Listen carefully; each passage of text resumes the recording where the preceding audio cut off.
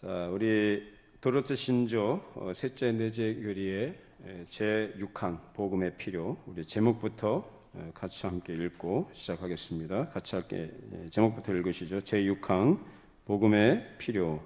본성의 빛이나 율법이 할 수 없는 것을 하나님께서는 성령님의 역사로 행하신다. 하나님께서는 이 일을 메시아에 관한 기쁜 소식인 화목하게 하는 말씀 또는 화목하게 하는 직분을 통하여 행하시며, 이 메시아의 복음으로 새 언약뿐 아니라 옛 언약 아래에서 모두 믿는 자들을 구원하시기를 기뻐하셨다. 자, 우리 지난 시간에 율법의 무능함에 대해서 살펴봤습니다. 그러니까 율법은 선한 것입니까? 악한 것입니까? 율법은 선한 것이죠. 선한 것임에도 불구하고 그 율법이 우리를 구원하는가요? 율법이 우리를 구원하지는 못하죠. 왜 못합니까? 율법은 선한 것이잖아요. 근데 왜 율법이 우리를 구원을 못해요? 우리가 범죄하여 타락해 있기 때문에, 우리 안에 부패성이 있기 때문에 그 율법을 지킬 수 있나요? 지킬 수가 없어요. 몇 가지 행하는 것은 있지만은 그 행함마저도 사실은 하나님께서 우리에게 요구하신 것은 완전한 것을 요구하십니다. 그 완전한 율법의 요구를 우리는 이룰 수가 없습니다. 우리 안에 부패성이 있고 죄로 오염이 되어 있기 때문에. 그래서 사람이 어떤 선을 행한다 할지라도 그 선한 행실로서 하나님 앞에 설 수 있는 사람이 아무도 없습니다. 그래서 율법의 겉으로서 어떤 행위, 겉으로 드러나 있는 행위, 보여지는 어떤 그 결과물들, 이런 것을 가지고 하나님 앞에 설 자가 있는가? 아무도 없다라는 것입니다. 그래서 여러분, 누가복음 18장에 보면은 부자 청년 이야기가 나오는 거 아시죠? 부자 청년이 뭐라고 합니까? 예수님께 달려와서 선한 선생님이 내가 무엇을 행하여야 구원을 얻으리까? 라고 예수님께 질문을 합니다. 그러니까 예수님께서도 율법을 아느냐? 네가 계명을 아느냐? 그래서 내가 어려서부터 계명을 다 지켰습니다라고 얘기를 해요. 그러니까 어려서부터 율법 교육을 잘 받은 거죠. 1항, 2항, 3항, 4항 뭐 쭉 율법 가르침을 잘 듣고 그것을 지키느라고 애를 쓰면서 지금까지 살아온 것, 그 스스로를 대단히 자랑스럽게 생각을 하고 만족감에 있었던 사람이 바로 이 사람입니다. 그러니까 예수님 뭐라고 하십니까? 나는 가늠하지 않았습니다. 살인하지 않았습니다. 도둑질하지 않았습니다. 또 거짓 맹세하지 않았습니다. 내가 뭐가 부족합니까? 예수님께서 뭐라고 하셔요? 너에게 한 가지 부족한 것이 있다라고 말씀하십니다. 그러면 10가지라고 친다면 9가지를 다 잘했는데 한 가지가 모자라다라는 말씀으로 우리가 이해하기 쉽습니다만, 그렇게 해석할 수도 있습니다. 근데 그 한 가지가 뭡니까? 부족한 한 가지. 다른 건 다 잘했어요. 우리보다, 저와 여러분들보다도 훨씬 더 그 사람은 뛰어난 그 율법적 어떤 선한 삶을 살았던 것이 분명해요. 그러니까 그렇게 자신만만하게 예수님께 나오지 않았겠습니까? 우리 같으면은 고개도 들지 못할 텐데. 예수님 뭐라고 하셔요? 너에게 한 가지 부족한 것이 있다라고 말씀하시면서 너에게 있는 모든 재물을 다 팔아서 가난한 자들에게 나눠주고 나를 따르라. 그리하면 하늘에서 너에게 상급이 있을 것이다 라고 말씀하십니다. 근데 청년은 거기에서 그 말씀을 듣고 고개를 가로저으면서 돌아갔습니다. 아주 심각한 고민을 하죠. 전곡을 찌르신 거거든요, 예수님이. 그러니까 한 가지 부족한 것이라는 것은 한 가지 모자란 게 아니고 사실은 율법 전체를 너는 어기고 있다라는 지적이었습니다. 율법의 정신이 뭐였습니까? 하나님을 사랑하고 이웃을 사랑하라는 것인데, 이 사람은 지금 누구를 사랑하고 있습니까? 하나님 사랑해서 율법을 지켰습니까? 이웃을 위해서 율법을 지켰습니까? 누구를 위해요? 자기. 아주 지독한 자기 사랑과 자기 만족에 빠져있던 이 사람. 이 사람이 바로 현대판 바리새인들로 표현되는, 그래서 이 율법적 어떤 행위에 근거해서 자기 자신을 하나님 앞에 세우고자 하는 모든 사람들에 대한 지적이요 경고의 말씀이기도 한 것입니다. 따라서 율법이라는 것은 사람 안에 있는 그 부패한 죄성, 그 결함들을 폭로하는 역할을 합니다. 드러내죠. 깜깜할 때는 잘 모르지만 빛이 비추이면 어떻게 돼요? 그 모든 것이 폭로가 되는 것처럼 사람 안에 감춰져 있던 모든 것이 다 드러나게 하는 것이 바로 율법인 것입니다. 마찬가지로 성령님께서 그 율법을 사람의 마음에 적용해 주실 때 이 사람이 이제는 그 율법의 정신 앞에 자기 자신이 얼마나 추한 죄인인가를 깨닫게 되고 거기서 탄식하게 된다는 것입니다. 사도 바울도 바로 그런 사람이었죠. 자, 우리 로마서 7장 한번 찾아보실까요? 자, 신약 성경 로마서 7장 7절에서 9절 말씀.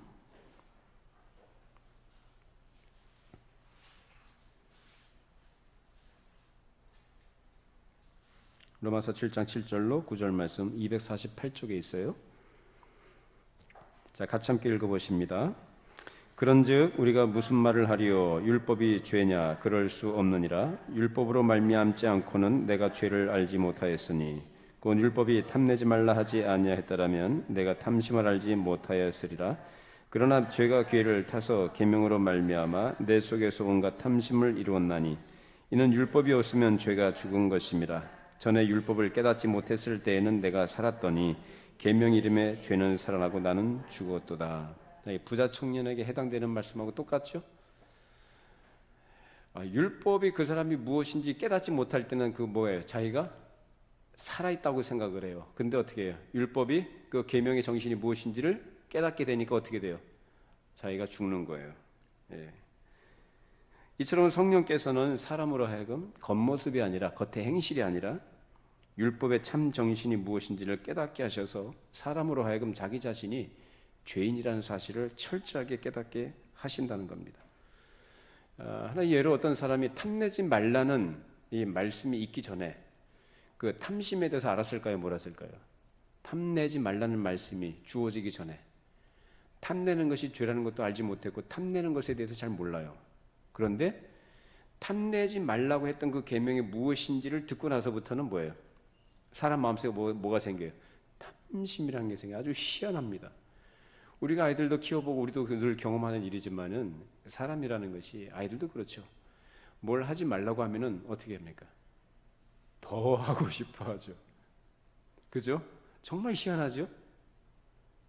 그러니까 이것을 하지 말라고 그 많은 명령이 주어지면은 그 명령이 주어지기 전에는 그것이 뭐 하고 싶은 것도 아니었고 별로 관심도 없었는데 하지 말라고 하니까 내 마음속에 뭐가 생겨요? 더 하고 싶은 욕망이 살아난다 그 말입니다. 이것이 바로 우리가 매일 겪는 일들인데 마찬가지로 율법이 무엇을 금하면 우리 안에 하지 말라는 걸 더 하고 싶어하는 이러한 현상들이 있다는 것입니다. 그리고 사도 바울도 그런 것들을 경험한 사람이에요. 우리뿐만 아니라 모든 시대에 구원받은 하나님의 사람들이 이런 것들을 경험합니다. 이처럼 성령님은 율법을 깨닫게 하실 때 사람으로 하여금 그 율법에 대해 자신이 적이라는 것을 깨닫게 됩니다. 그래서 타락하기 이전에는 사람이 율법을 행할 수 있었고 그것을 즐거워했고 그 율법과 친구였어요. 그런데 사람이 범죄하고 타락한 이후에는 그 율법을 증오하게 됩니다. 율법을 저주하게 되고 적대시하게 됩니다. 이게 원수 관계가 된 거죠. 그러니까 율법이 계속 공격을 하니까 자기를. 그러니까 자기의 어떤 치부를 드러내고 속이는 것을 폭로하니까 율법이 좋아요, 싫어요? 싫은 거죠.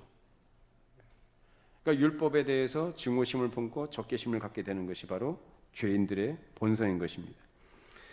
그러나 성령님께서는 예수 그리스도를 아는 구원의 지식으로 그 사람을 인도하셨을 때에 비로소 그때 하나님의 계명이 선하다는 것을 알게 되는 것입니다. 자, 그러면 그 전까지 사람이 갖고 있던 인식에 있어서 우리가 얘기를 하자면 그러면 율법이 잘못된 것이냐라는 겁니다. 율법은 잘못되지 않았어요. 뭐가 잘못됐어요? 사람이 잘못됐죠. 사람이. 죄 아래 자기 육신을 팔아버린 거예요. 그러니까 그 팔아버린 자기 자신이 잘못된 것이지 율법 자체는 잘못된 게 하나도 없다는 것입니다. 따라서 사람은 결코 본성의 빛이나 율법의 행위를 가지고 구원을 획득할 수가 없다는 것입니다. 그런데 알미니안주의자들은 뭐라고 합니까? 자유의지와 사람이 가지고 있는 능력을 가지고 무엇을 준비할 수 있다고 주장을 합니까? 하나님께서 베푸신 그 은혜를 받을 준비를 할 수 있다라고 생각을 해요.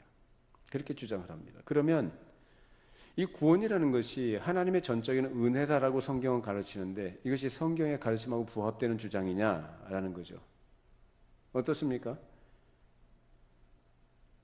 사람이 하나님의 은혜를 받을 준비를 할 수 있다는, 로마 카톨릭도 그렇게 가르치고 있고 로마 카톨릭 교회뿐만 아니라 알미니안주의자들도 그렇게 가르친다고 했어요. 그러니까 두 주장이 같아요. 다르지가 않아요. 왜냐하면 둘 다 그 신학적 뿌리가 똑같기 때문입니다. 펠라기오스. 인간은 기본적으로 선하다라고 얘기하죠. 펠라기오스가 그 능력 있다고 얘기하고 선을 행함으로써 구원에 이를 수 있다고까지 주장했던 것이 바로 펠라기오스입니다. 그 뿌리로부터 나온 것이 로마 카톨릭 신학이고 그리고 알미니안 사상입니다. 이러한 이 사상들이 오늘날 교회 안에, 전 세계 교회 안에 독보서처럼 퍼져 있습니다. 믿음이라는 것을 빙자해서 그것을 신념화하고, 그리고 사람이 그런 자기 신념을 바탕으로 해서 무언가 종교적 열심과 선을 행함으로써 하나님 앞에 자기를 세우려고 하고, 자기를 가치 있게 여기고, 자기를 자랑스러워하고, 그것으로 자기를 의롭다고 여기는 것이죠. 참 무서운 사상입니다. 그러나 성경은 그런 걸 정죄합니다. 율법이 정죄합니다. 99가지를 다 지켰어요. 그러나 한 가지 못 지켰으면, 그 하나를 못 지키고 하나를 범한 게 아니라 뭘 범해요? 율법 전체를 다 범한 것이다. 그러니까 우리는 안 된다는 겁니다. 그래서 율법의 무능함, 그러니까 율법의 무능함이라는 그 율법은 우리를 결코 도울 수 있다 없다? 없다. 우리라는 구원에 이를 수 있도록 할 수 있다 없다? 없다는 거예요. 절대로 불가능하다. 그래서 그 율법의 기능, 역할, 그 계시의 방식과 그 내용들, 그런 것들에 대해서 우리가 지난주에 살펴봤습니다.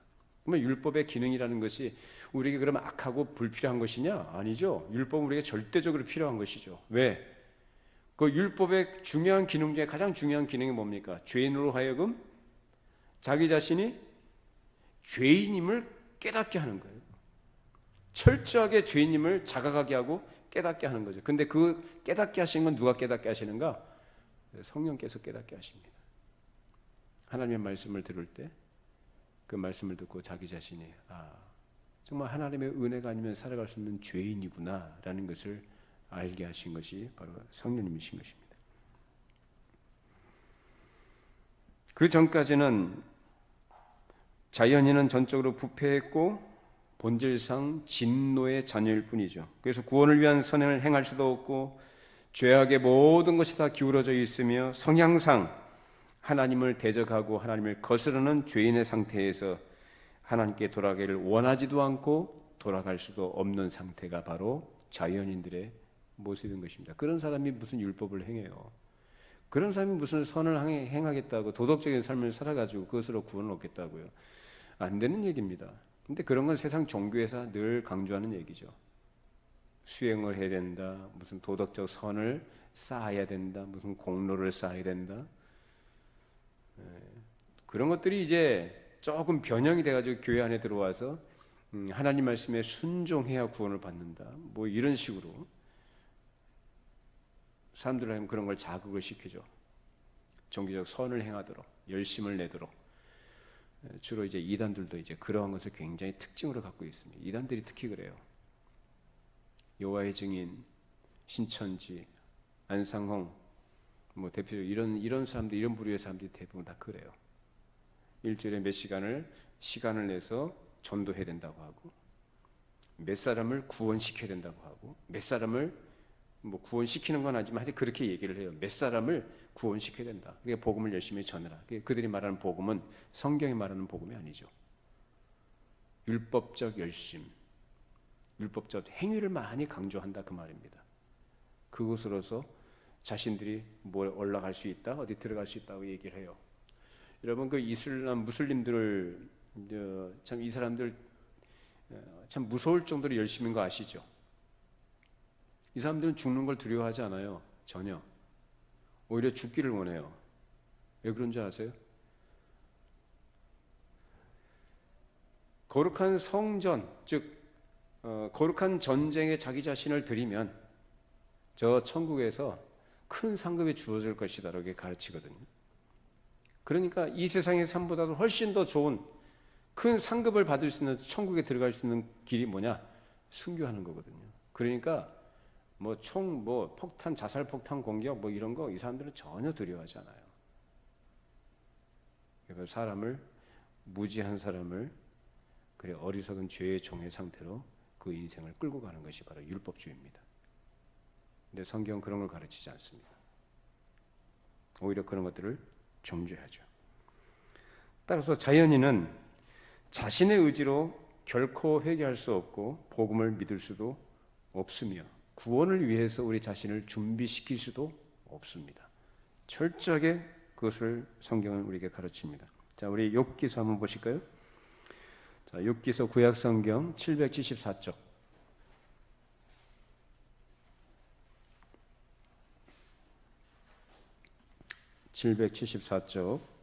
욥기서 14장 4절.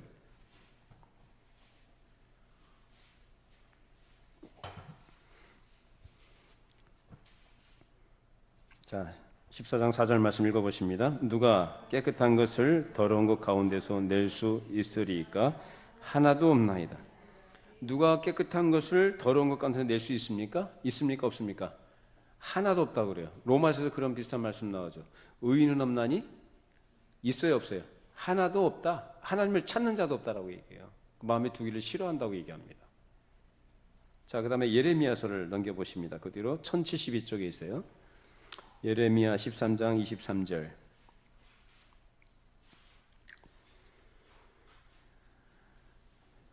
예레미야 13장 23절 말씀 1072쪽. 자, 같이 함께 읽어보십니다. 구스인이 그의 피부를, 표범이 그의 반점을 변하게 할 수 있느냐? 할 수 있을진데 악에 익숙한 너희도 선을 행할 수 있으리라. 이게 무슨 말씀입니까? 그 가능하지 않다는 얘기입니다. 사람이 절대로 죄인은 그 스스로를 깨끗하게 할 수 있다 없다? 없다. 따라서 성령의 중생 또는 갱신하시는, 즉 거룩하고 새롭게 하시는 이런 역사가 없이는 사람이 회개하거나 믿을 수 없는 것입니다. 그러면 사람이 회개해서 깨끗해지는 게 아니라 성령께서 그 사람을 중생케 하셔야 회개가 되는 겁니다. 믿으십니까? 회개해야 사람이 깨끗해진다?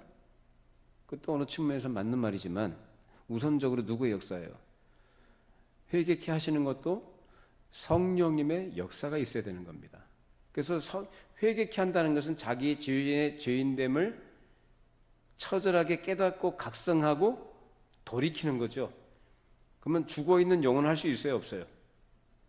죽어있는 영혼이 안 되는 겁니다. 하나님께 얘기했잖아요. 돌아가고 싶은 마음도 없고 돌아갈 수도 없는 거예요.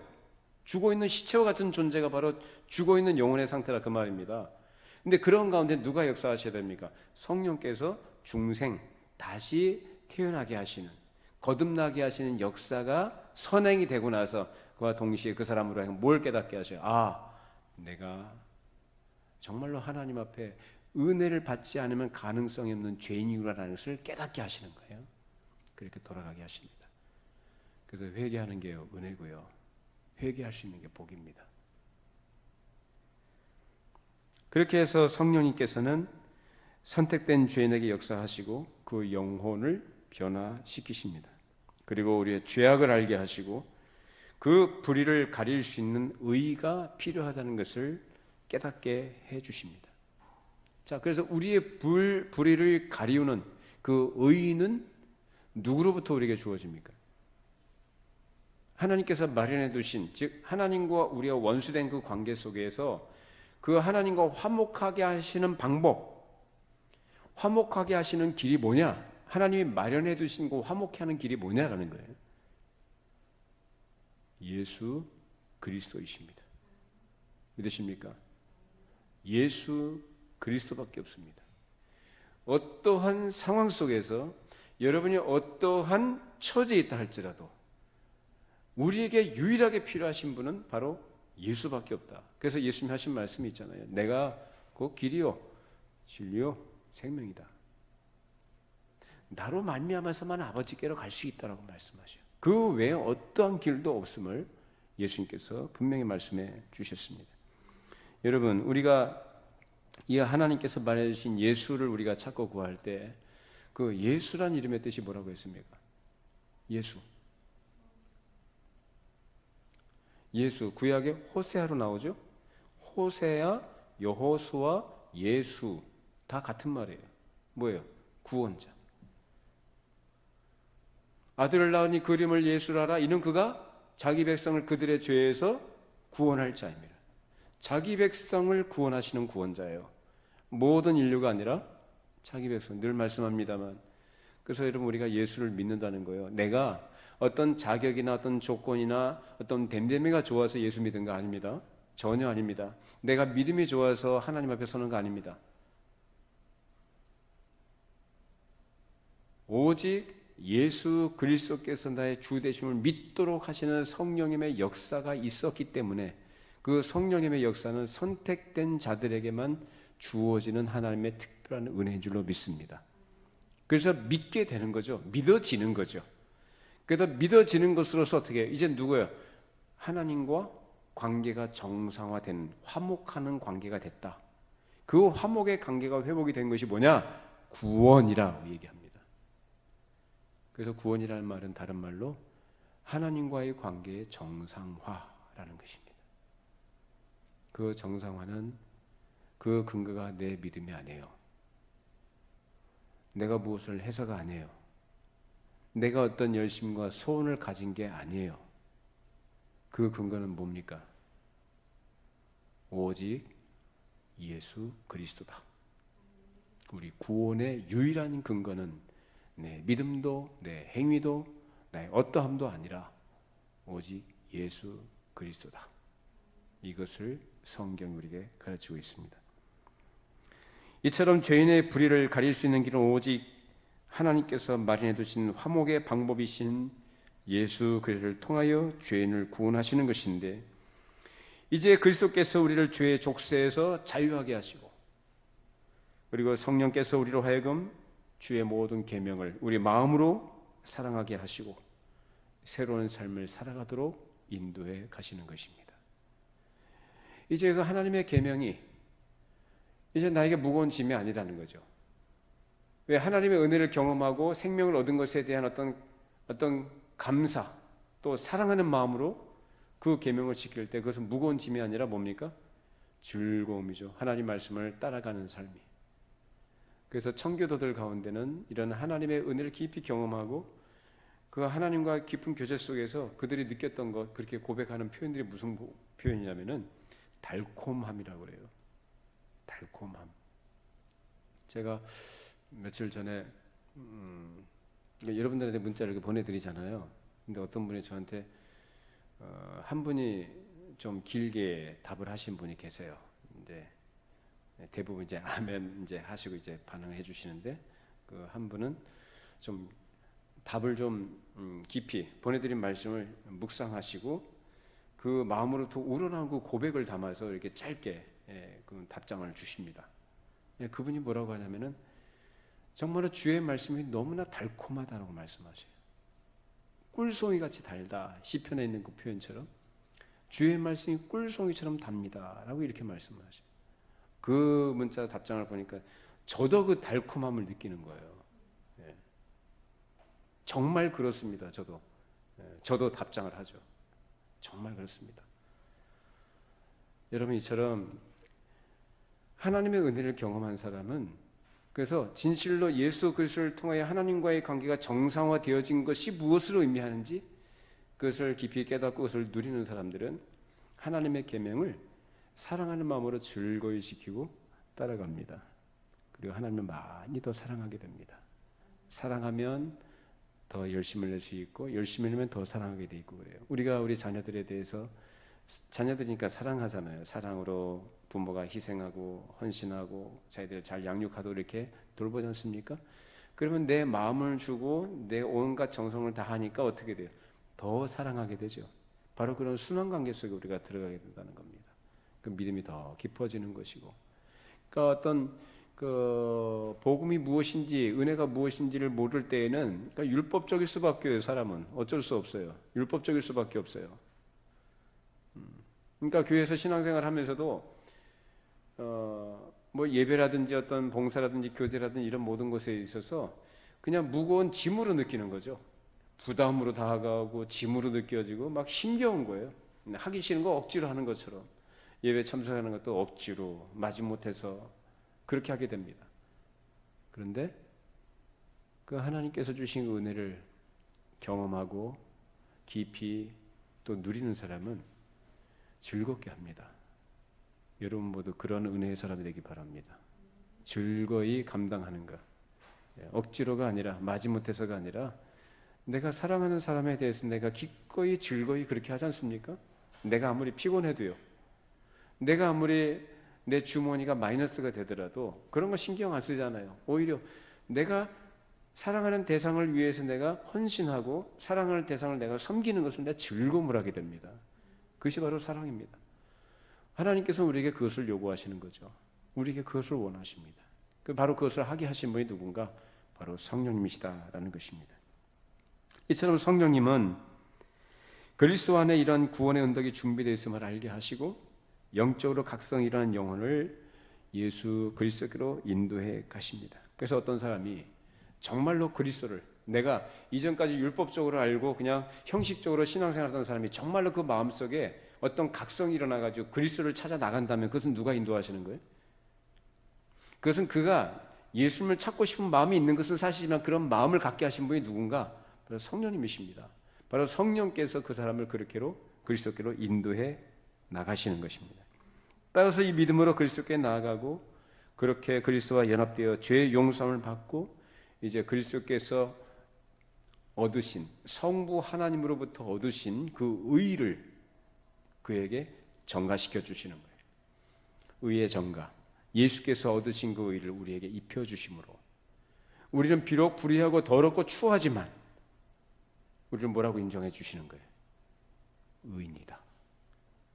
너는 이제 죄 없는 의인이다라고 인정해 주신다. 그렇게 여겨 주신다라는 거예요. 아브라함이 하나님을 믿으니 이를 그의 의로 여기셨고라는 이 여기셨다라는 표현은 실제적으로는 의인은 아니지만 뭘로 쳐주시는 거예요? 인정해 주시는 거예요. 의인으로 인정해 주시는 거예요. 그러니까 우리는 항상 오직 예수, 따라 합시다. 오직 예수, 오직 예수, 오직 예수님만이 우리의 의의 근거가 되시고 우리의 모든 것 되신다고 고백해야 됩니다. 우리는 아니에요. 우리는 때때로 우리가 성령, 소위 말하는 성령 충만함, 또 은혜 충만함 가운데 하나님 말씀을 충실하게 따라갈 때가 있지만은 때때로 죄의 유혹과 또 시험에 넘어질 때가 있고 또 우리 세상에 속한 것들의 마음을 빼앗겨서 그렇게 하나님 앞에 어떤 고개를 들지 못하는 그런 모습들이 있지 않습니까? 그렇다면 내 안에 정말 나를 근거로 해서 우리가 신앙생활하고 나를 근거로 해서 하나님 앞에 나가려고 한다면 어느 누가 나갈 수 있겠냐 이 말이에요. 순종한다고 쳐도요. 소위 은혜 안에서 하나님께 감사하는 마음, 사랑하는 마음이 있죠.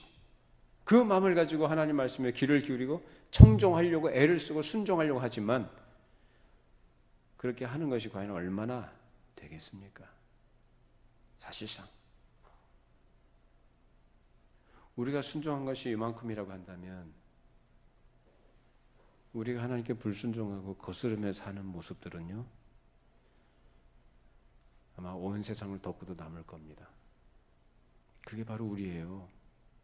그러니 무슨 사람이 율법을 지키고 무슨 행위를 가지고 무슨 하나님께 설 수 있겠어요? 되지도 않은 얘기예요. 오직 예수 그리스도만이 우리를 하나님 앞에 의롭다 여김을 받는 유일한 근거인 줄로 믿습니다. 그러니까 여러분 누구를 붙들어야 됩니까? 철저하게 언제나 누구만? 예수님만. 누구나 예수님만. 어느 누구가 아닙니다.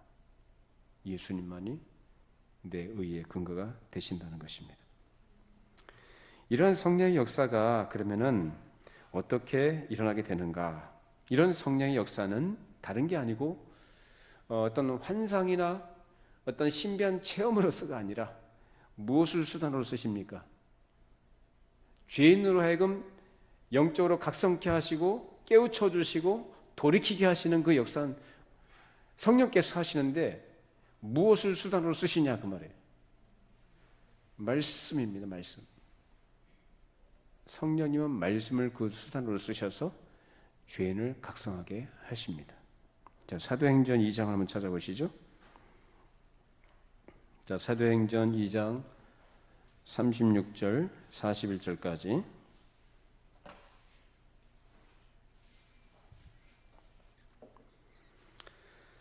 자, 사도행전 2장 36절 41절 같이 함께 읽어보십니다.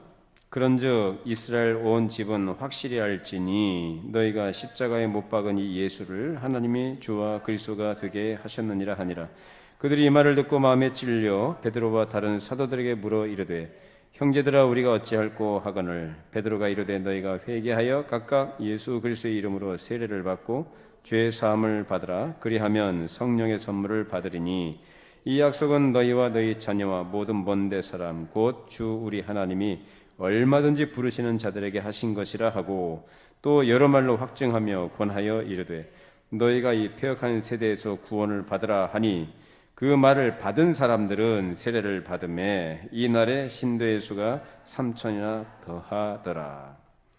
자, 성령님께서 베드로가 선포한 말씀을 사용하셔서 그 말씀을 사람들에게 어떻게 하셨다고 그래요?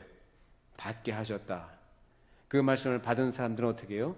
이제 거기서 이제 각성하게 되는 거죠. 그리고 우리가 어찌할꼬, 그러니까 회개하여 너희가 구원 얻으라. 베드로가 그렇게 가르칩니다. 이처럼 성령님은 선포된 복음을 사용하셔서 사람들로 하여금 그 말씀을 받게 하시고 그 말씀을 통해 자신의 죄인됨을 깨닫게 하셔서 어떻게 해요? 회개케 하신다. 그리고 하나님의 백성으로 삼아 주신다라는 것입니다. 이 원리는 진리입니다. 그때나 오늘이나 하나님께서 죄인들을 돌이키게 하시는 하나님의 일하심의 방식이 바로 이러합니다. 그러니까 다른 방식으로 사람이 어떤 체험을 하고 환상을 봄으로써 각성하게 되고 깨닫게 되는 게 아니에요. 하나님의 말씀이에요. 베드로가 전했던 복음이 무슨 복음입니까?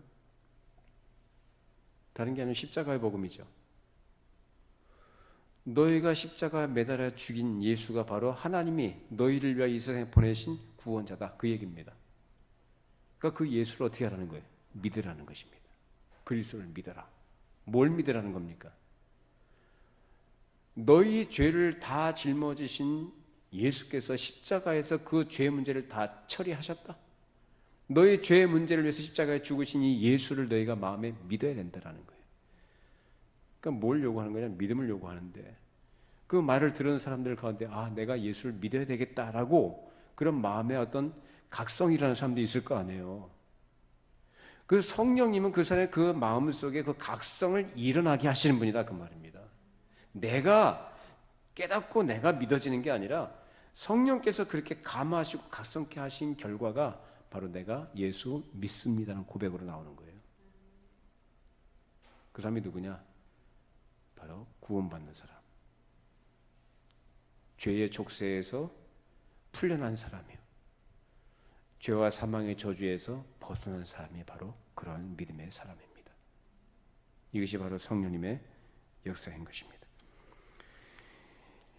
그래서 이러한 죄를 미워하는 영적 원리를 그 심령에 새겨주시고 하나님의 말씀으로 특별히 복음을 통해 그리스도에게 있는 구원의 언덕을 알게 하시며 그 구원의 언덕을 얻도록 예수 그리스도에게로 나아가도록 하신다는 겁니다.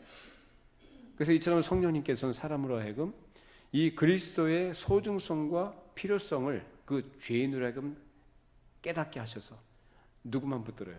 오직 예수만. 오직 예수님만 붙들게 하시는 것이 바로 성령님이 하시는 것입니다. 이렇듯 복음을 구원에 유효하게 적용하시는 분이 바로 성령님이신 것입니다. 자, 그러면 이것이 우리가 지금 살펴본 것은 신약 시대에 즉 예수께서 이제 부활 승천하시고 나서 그 복음을 전하는 이때 일어난 일이 아닙니까? 지금 그 구약 시대는 어떻게 했을까? 자, 오늘도 오늘 6항에서 옛 언약으로 표현된 그 구약 시대는 어떤 방식으로 구원을 받았는가라는 것입니다. 자, 신약 시대야 물론 예수님께 십자가에 죽으셨고 부활하셨고 승천하셨다. 사도들이 전했던 복음의 내용이 그거 아닙니까? 예수를 너희들이 믿으라. 베드로도 그렇게 얘기한 거 아니에요? 그렇게 말씀을 선포한 거 아닙니까? 그 구약 시대는 어떻게 했냔 말이에요. 예수님 오셨어요, 안 오셨어요? 구약 시대에 예수님 계셨어요, 안 계셨어요? 예? 계셨어요, 안 계셨어요? 계셨죠. 계셨는데 구체적으로 독생자이신 그분이 이 땅에 메시아로 오시진 않았죠. 그렇죠? 구약시대 예수님도 계셨죠. 그래서 여러분 성경에 보면은 여러 곳에서 천사라는 표현이 나오고 사자라는 표현이 나와요. 근데 주로 이제 구약 성경에서 여호와의 사자가라고 표현된 부분들이 나옵니다. 그 사자가 누구냐? 바로 성자 예수님이라고 학자들은 그렇게 얘기를 합니다. 저도 그렇게 견해를 같이 합니다. 구약 시대도 예수님께서 이 땅에 나타나셨다라는 거죠. 성자 제2위 성자께서 일하셨다라는 것입니다. 자, 어쨌든지 간에 그러면 구약 시대에 그 사람들이 구원을 받은 사람이 있었을까 없었을까? 여러분 구약 시대엔 구원이 있었습니까 없었습니까? 당연히 구원받은 사람이 있죠.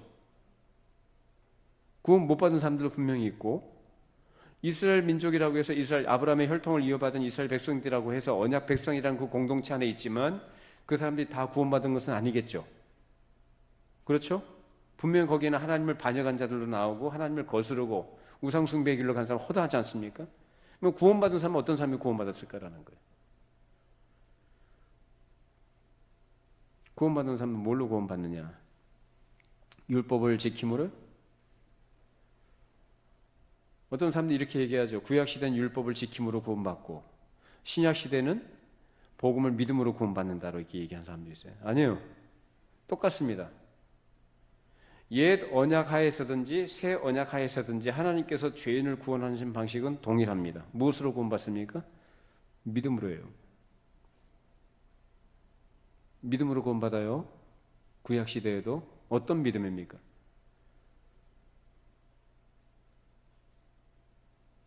하나님께서 메시아를 보내주시다고 약속을 하셨죠. 그 약속하신 약속들이 분명히 이스라엘 백성들에게 전파되었고 선포되었고 그들이 알아요 몰라요? 알죠. 그 원시복음이라고 하는 창세기 3장 15절 말씀이 원시복음 아닙니까? 여자의 후손 언약이지 않습니까? 그 여자의 후손 언약이 계속해서 흘러내려가요. 그 언약의 계보를 따라서. 그래서 그 복음입니다. 그것이 복음을 계시해 주신 것이거든요. 그 여자의 후손이 누구냐? 바로 예수 그리스도다라는 말이에요. 그래서 그분이 이 땅에 오실 메시아로서 백성들에게 알려지고 선포되었다 그 말입니다. 그러면 예를 들어서 구약시대의 왕, 선지자, 제사장들이 이 삼중이라고 그래요. 삼중직. 왕, 선지자, 제사장의 직분이 동일한 특징이 뭐냐면 이 사람들을 세울 때는 뭘 부어요? 기름을 부어요. 기름을 부어서 그런 왕과 선지자, 제사장 역할을 하게 합니다. 그 직무를 수행하게 하게 해요. 기름을 붓는다는 표현은 이 뜻의 의미는 하나님의 일을 위하여 특별히 구별되어 세워진 자라는 뜻입니다. 그럼 왜 굳이 왕과 선지자, 제사장에게만 기름을 부었을까? 그 역할과 그 기능이 바로 아담이 했던 그 일이거든요. 왕은 뭐예요? 다스리는 거예요. 선지자는 뭐예요? 말씀을 전하는 거예요. 제사장은 뭐예요? 하나님 앞에 예배자로서 자신이 예배자일 뿐만 아니라 뭐예요? 죄인들을 하나님께로 인도해가는 연결고리 역할을 하는 것이 바로 제사장이 하는 일이죠. 아담이 했던 것이 바로 그것이었고 아담이 범죄함으로 그 모든 삼중직을 상실하게 됩니다. 둘째 아담으로 오신 예수님께서 그것을 다시 회복하신 일을 하시는 것이에요.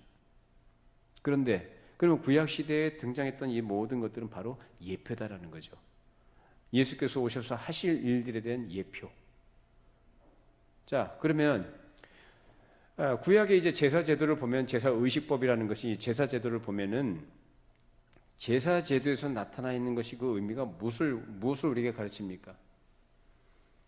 제사를 드리는 사람이 제물을 가지고 와서 하나님께 제사를 드릴 때에 무슨 마음과 어떤 생각을 가지고 제사를 드렸을까요?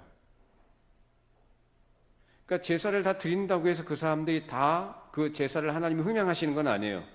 어떤 제사를 하나님께서 흠양하셨을까? 믿음의 제사입니다. 율법의 행위를 보시고 하나님께서 제사를 받으신 게 아니고 뭘 보시고요? 믿음을 보시고. 대표적인 게 뭡니까? 가인과 아벨의 제사 아시죠? 가인은 믿음으로 해요? 뭘로 해요? 가인은 땅의 곡식을 가지고 하나님께 제사를 드렸죠? 아벨은 뭘 가지고요? 양의 새끼를 가지고 제사를 드립니다. 하나님께서 뭘 받으셨어요? 아벨의 제사를 받으셔요. 가인의 제사는 안 받으셨어요. 왜 그랬을까? 아담에게 하나님께서 주신 약속이 창세기 3장 15절 말씀이거든요. 원시 복음. 그러면 그 아담은 자기 자식들에게 그 하나님의 약속의 말씀을 가르쳤을까요? 안 가르쳤을까요? 당연히 가르쳤죠. 장차 오실 메시아가 우리를 구원하실 것이라는 걸 가르칩니다. 여자의 후손으로 오실 분이 가르칠 것인데, 그래서 그 가르칠 때에 그가 에덴에서 쫓겨날 때 가죽옷을 하나님께서 지어 입히셨을 때에 그 가죽옷, 물론 이제 외부 환경에 척박해지고 이제 거칠어지니까 몸을 보호하시기 위한 그런 측면도 있습니다만, 가죽옷을 지어 입히셨다는 것은 곧 뭐가 죽었다는 거예요? 짐승이 대신 죽었다는 것입니다.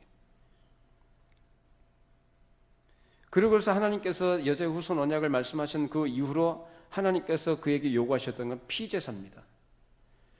그래서 아담은 그 자녀들에게도 그것을 가르쳤을 것이에요. 제사법은 이러이러 한다는 걸 가르쳤을 것이고, 자녀들은 그 말씀을 따라서 어떻게 됩니까? 그 피의 제사를 드리는 것이 당연한 것이었어요. 근데 가인은 피의 제사를 드립니까? 안 드리죠. 자기 마음대로 하는 거죠. 그래서 하나님이 안 받으신 거예요. 아벨은 믿음으로 드렸다는 겁니다. 구약에 제사, 피제사, 짐승제사, 희생제사를 드렸던 그 제사자들이 어떤 마음을 가지고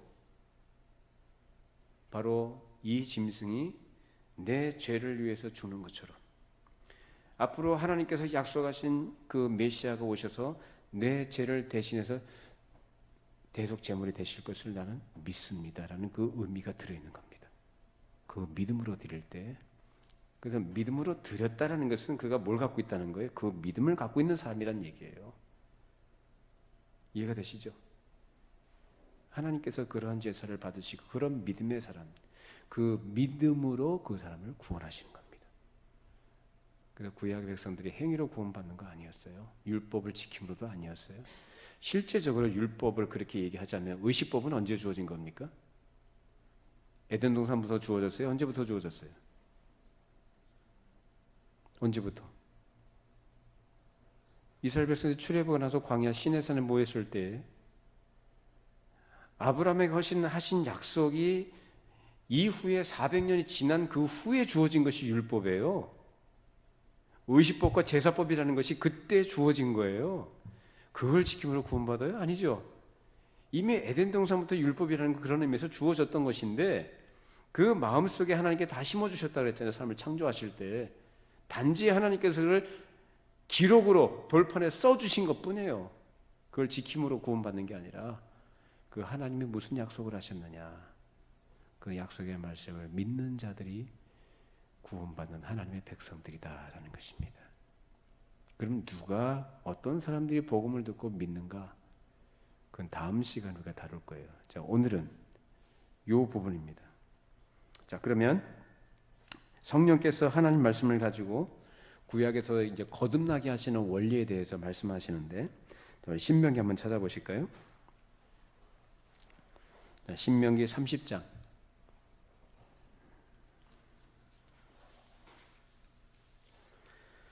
신명기 30장 6절 말씀 같이 함께 읽어보십니다.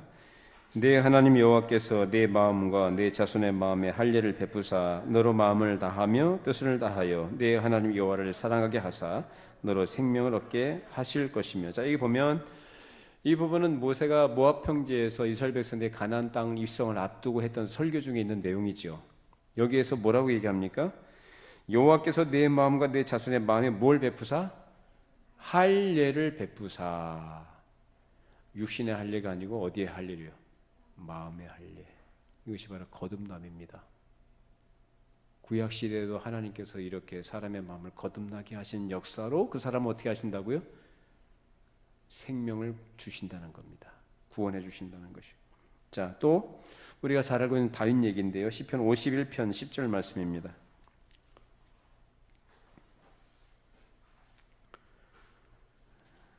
시편 51편 10절 말씀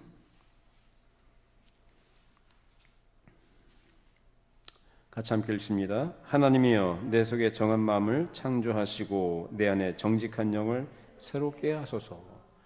다윗이 밧세바와 이제 간통하는 이 사건 이후에 나단 선지자가 다윗에게 왔을 때에 이 다윗이 회개하면서 하나님께 드렸던 고백했던 기도의 내용입니다. 하나님이여 내 속에 정한 마음을 창조하시고 내 안에 정직한 영을 새롭게 하소서. 뭐냐? 바로 성령께서 내 마음과 영혼을 새롭게 해주시다. 그런 간절한 호소입니다. 즉 구약 시대도 성령님께서 사람의 마음을 어떻게 하시는 거예요? 갱신하시고 새롭게 하시는 이런 역사들이 있었다는 것입니다. 그래서 아까 신명기 3장에서 말씀하신 것처럼 마음의 할례를 받은 사람들, 하나님께서 그 사람의 마음을 새롭게 하시는 사람들은 그 마음에 어떤 마음이 되느냐? 하나님을 사랑하지 않던 사람들이 하나님을 사랑하게 되고 마음을 다해서 하나님의 말씀을 따르게 돼 있다라는 것입니다. 이것이 하나님이 하시는 역사인 거죠. 자, 에스겔서 36장 읽어보십니다. 1208쪽에 있어요. 에스겔서 36장 25절 27절까지 1208쪽.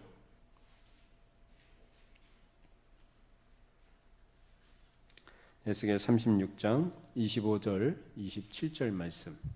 자, 같이 함께 읽어보시죠. 맑은 물을 너희에게 뿌려서 너희로 정결하게 하되 곧 너희 모든 더러운 것에서와 모든 우상 숭배에서 너희를 정결하게 할 것이며 또 새 영을 너희 속에 두고 새 마음을 너희에게 주되 너희 육신에서 굳은 마음을 제거하고 부드러운 마음을 줄 것이며 또 내 영을 너희 속에 두어 너희로 내 율례를 행하게 하리니 너희가 내 규례를 지켜 행할지라. 내가 너희 조상들에게 준 땅에서 너희가 거주하면서 내 백성이 되고 나는 너희 하나님이 되리라. 자, 여기서 마찬가지로 새 영, 새 마음, 굳은 마음 제거하고 부드러운 마음을 줄 것이고 내 영을 너희 속에 두어 내 율례를 행하게 하리니. 누굴 얘기하는 겁니까? 성령님. 성령님께서도 구약 시대의 사람들의 마음을 어떻게 하시는 거예요? 굳은 마음을 제거하고 부드러운 마음을 주시는 거예요. 하나님의 말씀을 듣게 하시고 그 말씀에 순종하는 마음을 주시고 하나님의 말씀을 따르게 하신다는 거예요. 율례를 행하게 하시는, 바로 성령님의 거듭나게 하시는 역사가 구약 시대에 있었고, 이런 거듭난 자들만이 하나님의 백성으로서 구원받은 백성으로 하나님 앞에 서게 해주셨다는 말씀입니다. 자, 이런 원리를 이미 구약에서 정하시고 베풀어 주셨기 때문에 이것을 몰랐던, 그래서 예수님 당시에 그 율법사였던, 율법교사였던 바리새인 니고데모에게 예수님께서 막 책망하시잖아요. 너는 율법교사라고 하면서도 이렇게 거듭나는 그 원리를 모르느냐라는 거예요. 요한복음 3장에 나오잖아요. 사람이 거듭나지 않고는 어떻게 해요? 하나님 나라를 볼 수도 없고 들어갈 수도 없다. 분명히 예수님 말씀하십니다. 그러니까 그렇게 지식적으로 그렇게 많은 것을 알고 있었던 사람이었고 사람들을 또 그 지식으로 가르치고 있던 사람이었지만 정작 그 자신의 거듭남에 대해서는 알아요, 몰라요? 모르는 거죠. 나쁜 사람 아니에요. 좋은 사람이에요. 하나님을 모른다고 하는 게 알아요. 하나님을 경외하는 마음을 갖고 있는 사람이에요. 그럼에도 불구하고 거듭남이 뭔지를 모르는 거예요. 그걸 가지고 하나님 나라에 들어갈 수가 없다. 그러니까 이것이 사람을 근거로 하거나 사람으로 날 수 있는 게 아니다라는 거예요. 바람이 어디로부터 와서 어디로 가는지 알지 못하듯이 성령으로 난 사람들 다 그와 같다. 예수님 말씀하십니다. 여러분 모두 거듭난 분들 되기를 바랍니다. 거듭나야 됩니다. 교회에 오래 다녀도 성경을 많이 알아도 종교적 체험을 많이 했다고 할지라도 거듭나지 못하면 하나님 나라와는 전혀 상관이 없다는 말씀입니다. 그걸 가지고 사람의 행위를 가지고, 그러니까 사람을 근거로 해서 뭘 자꾸 이렇게 하려고 하는 것 자체가 얼마나 어리석은 것이냐라는, 우리에게 필요한 것은 사람의 어떠함이 아니고 됨됨이도 아니고 어떤 도덕적인 어떤 수준이나 능력도 아니고, 우리에게 필요한 것은 오직 성령께서 말씀으로 그 사람을 각성케 하셔서 거듭나게 하셔서 복음이신 예수 그리스도를 붙잡는 것입니다.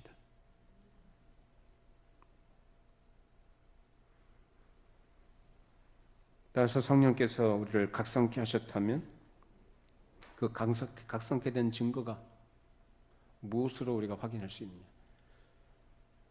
자기가 죄인이라는 것을 철저하게 고백하고 마음을 지극히 낮은 마음으로 겸손하게 낮춰야 돼요. 그 사람이 정말로 자기가 죄인이라는 걸 아는 사람이에요. 이 겸손이라는 것은 도덕적 덕목이 아닙니다. 도덕적 덕목이 아니고 하나님의 은혜를 입은 자로서의 감사와 감격으로부터 나오는 철저한 자기 인식이 바로 겸손이에요. 이런 마음을 가지고 우리가 하나님을 더 사랑하게 되는 것이고, 이런 것 저런 거 덧붙이지 말고 깨끗하고 정직하고 순전한 마음으로 복음이신 예수 그리스도를 붙들고 그분만을 방패 삼고 그분만을 피난처로 삼아서 그분 안에 거하는 겁니다. 이것이 뭐냐? 복음이신 예수 그리스도를 믿는다는 겁니다. 그리고 예수 그리스도만이 우리에게 복음이심을 성경이 가르치고 있습니다. 복음이신 예수 그리스도 안에 그 예수님만을 유일한 피난처로 삼으시고 그 견고한 피난처가 되신 예수님 안에서 우리 영혼의 자유함과 평안함을 누리시며 살아갈 수 있기를 바랍니다. 기도하겠습니다. 걸어가신 하나님 아버지,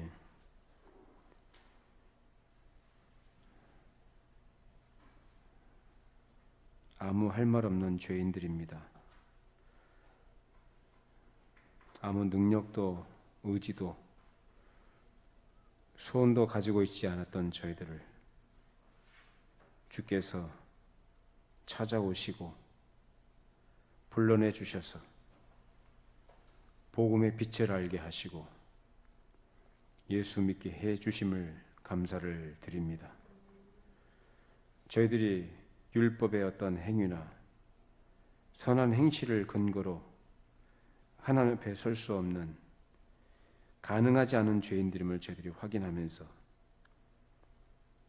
우리의 유일한 구원자이신 예수 그리스도만이 우리 구원의 근거가 되시고 우리의 구원의 보장이 되시며 우리의 영원한 피난처가 되심을 믿습니다. 예수 안에 하나님의 약속이 있음을 늘 기억하고 언제나 그 은혜를 사모하게 해 주시고 피난처 되신 예수 그리스도께로 언제나 달려가 그 안에서 참된 쉼과 안식과 우리 영혼의 평안을 누릴 수 있는 주의 백성들이 되게 하여 주시옵소서. 예수님의 이름으로 기도하옵나이다. 아멘.